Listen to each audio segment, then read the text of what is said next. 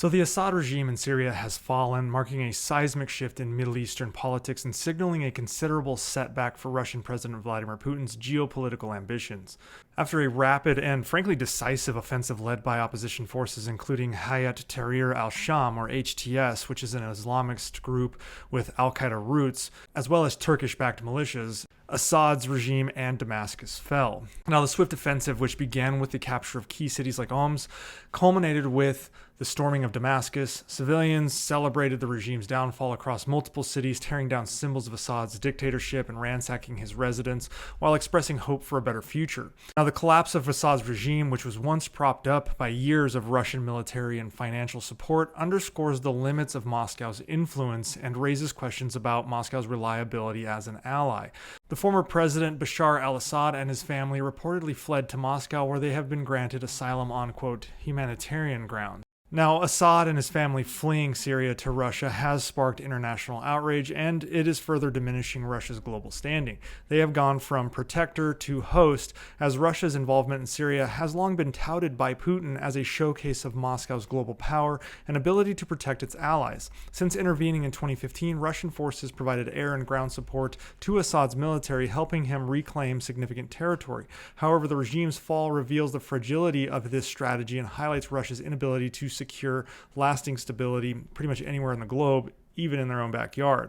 Moscow now finds itself awkwardly hosting Assad, an exile with little political future, and Russia's foreign ministry has confirmed Assad's arrival, but is distancing himself from his departure from Syria, stating that it played no role in negotiating his escape. This Kremlin narrative appears to be aimed at deflecting criticism and managing the embarrassment of losing a major regional partner.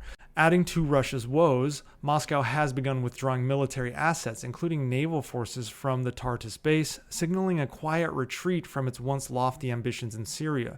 Assad's collapse is a severe blow to Putin's image as a reliable global player. For years, Moscow has portrayed itself as the protector of allied regimes against Western interference.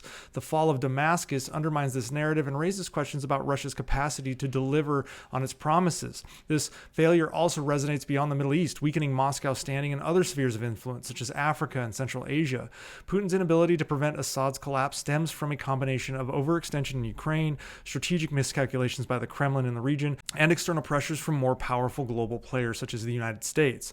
Russia's resources are heavily tied up in the Ukraine war, draining its military and financial capacity. Sanctions have further strained its economy, leaving limited room for foreign interventions out of the Kremlin for its allies across the globe. The loss of Syria, which was a linchpin of Russia's Middle Eastern strategy, complicates its efforts to counterbalance the US and NATO influence in the region. By losing its foothold, Russia is now less able to project its power as well as influence key outcomes in the energy-rich and strategically critical region of the Middle East. Now, Iran, Assad's other major backer, also faces significant challenges. Tehran had invested heavily in propping up the Assad regime, seeing Syria as a vital component of the, quote, axis of resistance against Israel and the West.